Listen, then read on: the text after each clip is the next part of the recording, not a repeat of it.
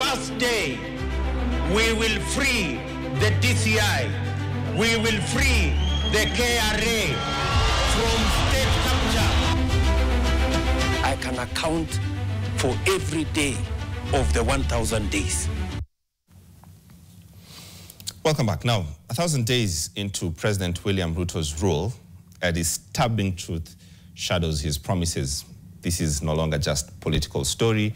It is personal account of the suppressed rights and freedoms, state-sanctioned abduction and disappearances. It is a story of Jacinta Nyango, a grieving mother who lost her 9-year-old son in protests, and chaos of Bernard Kavuli, stripped and tortured for speaking out, of Bomjagi and Longton brothers who vanished for weeks. These are the faces behind the numbers, behind 159 cases of extrajudicial killings and enforced disappearances documented in just a year. Tonight, Laban Shaban tells their stories and asks, who protects the people when the state turns predator? President William Ruto's 1,000 days in office have been marked not by reforms in the security sector, despite deliberate efforts to improve it, but by a sharp and chilling rise in human rights abuses. I, William Samoei Ruto. The head of state lifted the Bible on September 13th, 2022 to take the oath of office. It was a day of fanfare filled with hope, where he arrived not just as a leader, but as a man carrying the weight of a nation's expectations. He came bearing promises, promises of peace, promises of security. One such vow was delivered during the funeral service of General Francis Omondi Ogola. There shall never be another occasion where we have bodies of Kenyans in Rivayala. It will never happen again. Not under my watch. But under his watch, that very promise is slowly being undone. What once sounded like a pledge to protect life has now transformed into a growing debt, one the president seems unable or perhaps unwilling to repay. The promise should have been that extrajudicial killings will continue and will continue. Senior Programs Advisor at the Kenya Human Rights Commission, Martin Mavenjina, also weighs in. President Ruto has spectacularly failed. In fact, if I was to mark him out of 100, I would not even give him 1%, because when you look at Ruto 1,000 days into his presidency, the 1,000 days in office have been shadowed by arbitrary abductions, enforced disappearances, and a mounting toll of extrajudicial killings. This is now deeply etched into the record of this regime. 159 cases of extrajudicial killings and enforced disappearances were documented in 2024 alone. This is according to the Missing Voices annual report. Out of the 159, 104 or 65% were police killings. The other 55, about 35%, were enforced disappearances.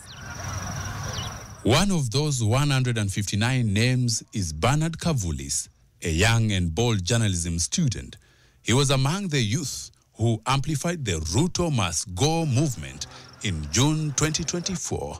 Ruto Must Go is not only my call, it's everybody's call actually. So I'm not the one saying Ruto Must Go. On December 22nd, 2024, Kavuli was abducted from a petrol station in Ngong, Kajiado County. He vanished for 15 days. During that time, he was tortured, stripped, and starved. His dignity eroded, his spirit tested. They told me that their mandate there is to protect the presidency, you know, under whatever circumstance, even if it means death. Kavuli made it out and lived to tell. But what about those who never returned?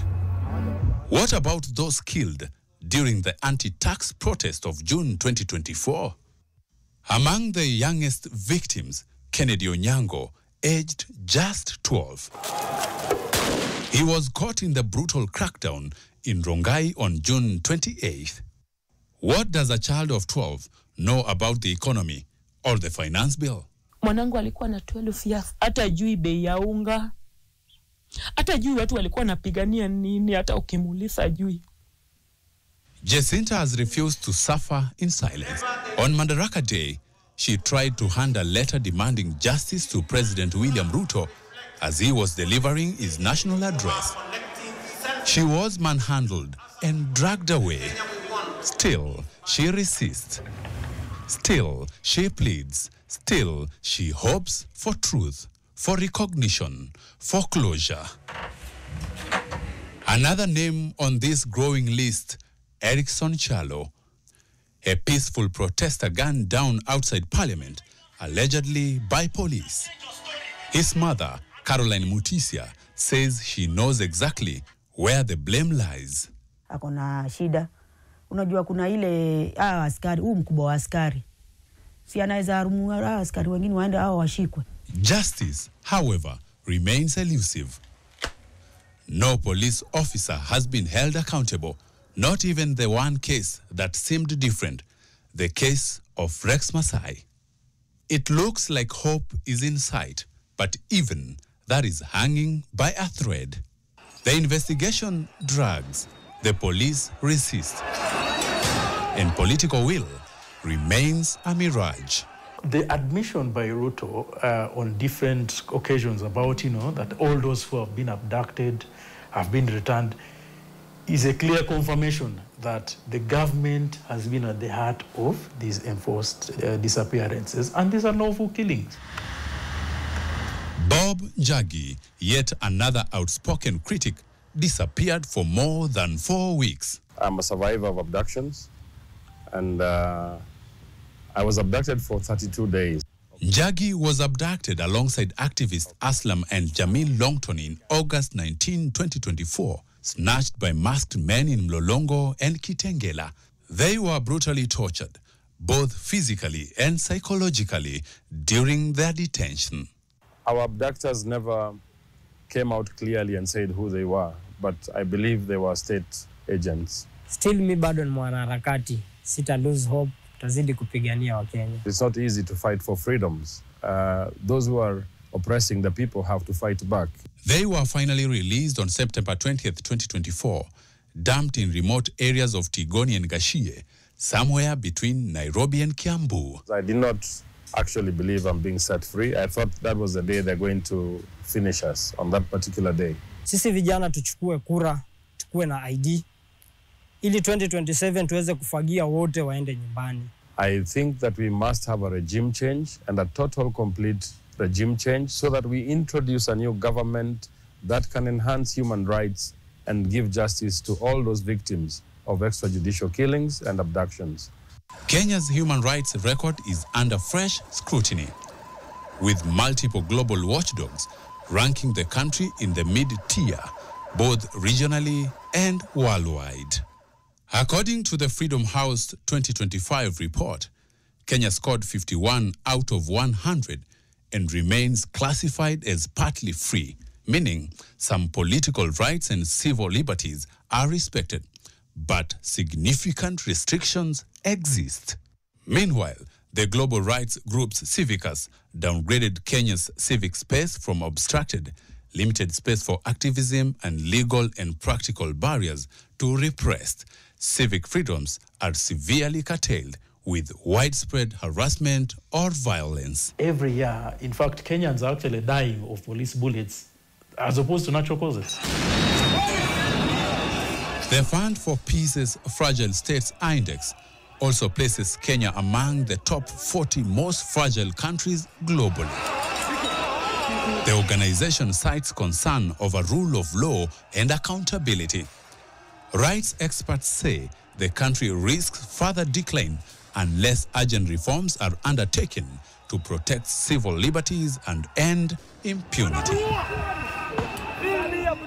1,000 days of promises and 1,000 cracks in the trust of the people. From broken vows to broken families, this is not just a story about politics. It's about pain, power, and the price paid by Kenyans for speaking out. And for justice, it is missing in action. Laban Shaban, NTV, Nairobi.